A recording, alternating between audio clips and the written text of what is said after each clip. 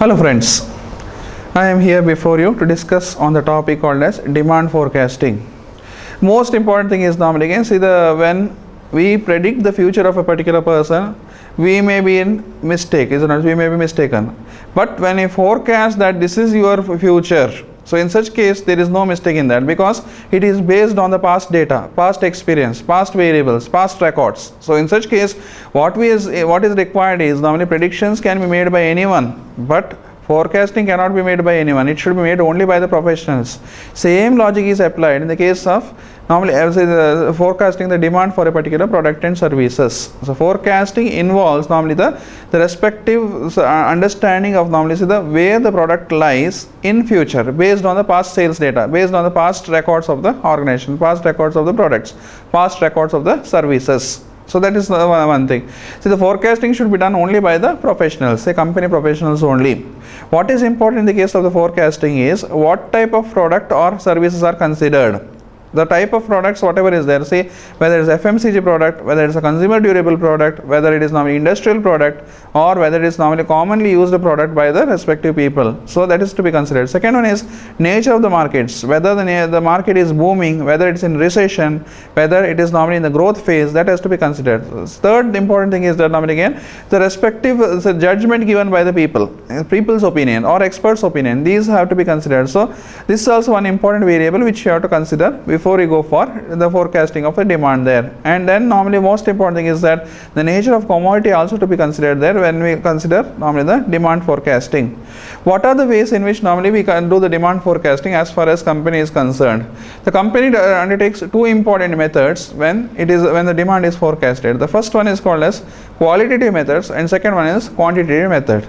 Qualitative methods are the methods in which normally we use normally the opinions, the opinions, then surveys, and then we also come across normally in the case of qualitative opinions normally again it is purely based on the responses given by the respondents. So here we don't use any numbers, here we don't use any kind of tools, etc. So everything is based on responses.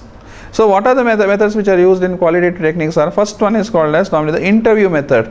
In the interview method what happens is normally again the respective company person comes, interview to the respondents. Here the respondents are users of the products and these users will freely give their opinion about normally the respective products and services as to how it is and whether it is good, recommendable, not recommendable, what changes has to be made, etc. For example, when a person uses soaps, say for example Liril or Rexona, the company personnel may ask him normally again how is the soap, whether the soap is used used better, whether it gives normally again good fragrance, whether it cleans the dirt from the body, whether there is any side effects of chemicals involved and other things may be asked. So in such case respondents can freely answer this. So this is done in the case of interview technique.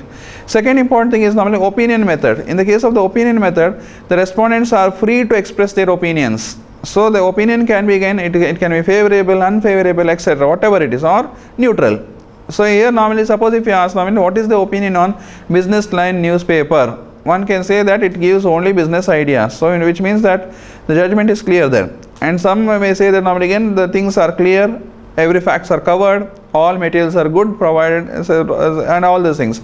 So in such case opinion method is also good normally. So this is also one important method. And third important thing is normally an expert opinion method. In the expert opinion method we contact only the experts. Experts are used and experts will never be wrong. Sometimes normally experts have got experience behind them. On the basis of that experience they share their ideas. When they share their ideas normally they are quite sure about it and they have experienced that. So in such case normally that their opinion is normally considerable. Any improvement necessary they will tell right to the face. Anything going wrong they will also tell on the spot. So in such case even that has to be considered. Next important thing is normally again we come across normally the quantitative methods. In the quantitative methods we use numbers and through these numbers we can use the tools and then we can arrive at a particular decision how is the future of our product. The important quantitative methods which has been used is normally first one is called as correlation method. In the correlation method normally we try to establish what is the relationship between one variable and other variable. Say demand and supply, what is the relationship? The products sales and advertising, what is the relationship? We calculate this by using statistics. So in such case normally again we come across normally the parameter as to where exactly the demand falls, where exactly is the supply level rate.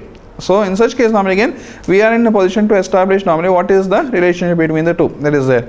Second important technique whatever is used here is normally regression method. Regression method is purely based on cause and effect relationship. So for every cause there is equal effect, and for every effect there is a cause behind it. So for suppose if there is a decline in a sale, the cause may be normally the product is not so good, or a product is not covering all the features, or competitors products may be good, likewise it goes. So in such case normally again cause and effect relationship is most important. If a new product is launched, what is the response in the market? Or if existing product is normally again coming up with added features without changing the price, what is the response rate?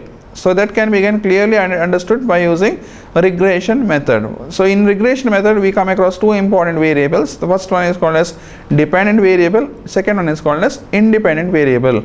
A dependent variable is one where normally it is dependent on the values of independent variable. For example, now sales is normally a independent variable, whereas advertisement is a dependent variable. The expenses what you make for advertisement, the media what you choose, the response what you get normally again it is depend on what basically again sales whatever you give to the organization. So in such case normally again these two things are considered in the case of regression analysis.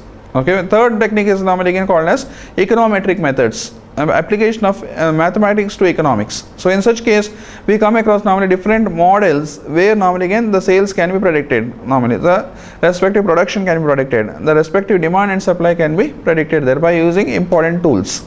Then most important thing is normally by using simultaneous equation methods, so where normally again we find out normally again what is the approximate demand rate, what is the approximate supply, whatever is happening, where there is a gap of equilibrium, how it is to be filled, how it is to be bridged. These things can be again made note of after we analyze this thoroughly, apply the tool, and then based on the results obtained by using these tools we come to a respective conclusions there. So likewise it goes. The next technique is normally called as multiple regression. In the multiple regression we use minimum 3 variables. Above 2 variables we cannot use normal regression, we can use multiple regression methods. In the multiple regression method normally we also come across normally what is the relationship between income level, demand and normally spending habits.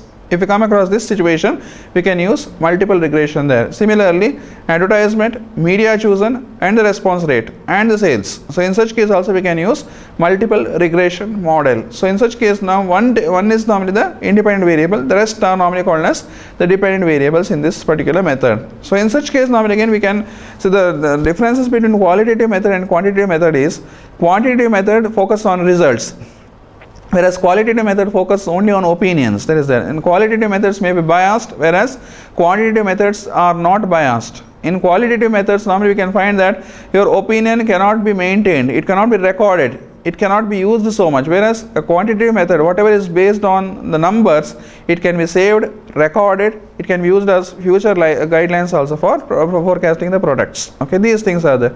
So to sum up what I can say is normally the forecasting is very very important, because predictions can be done by anyone, forecasting has to be made by the company itself. Forecasting is a base or a future guideline as to how you can improve your products and services, how to increase your demand, how to bring in realistic figures so that an expected target in the economy can be met. So that is most important. So for the development of the organization what is required is a proper forecasting by a proper person, by a proper markets and by a proper period of time. This has to be made. Only then we can find that there is vast stride of progress which can be made in the organizations. Thank you very much.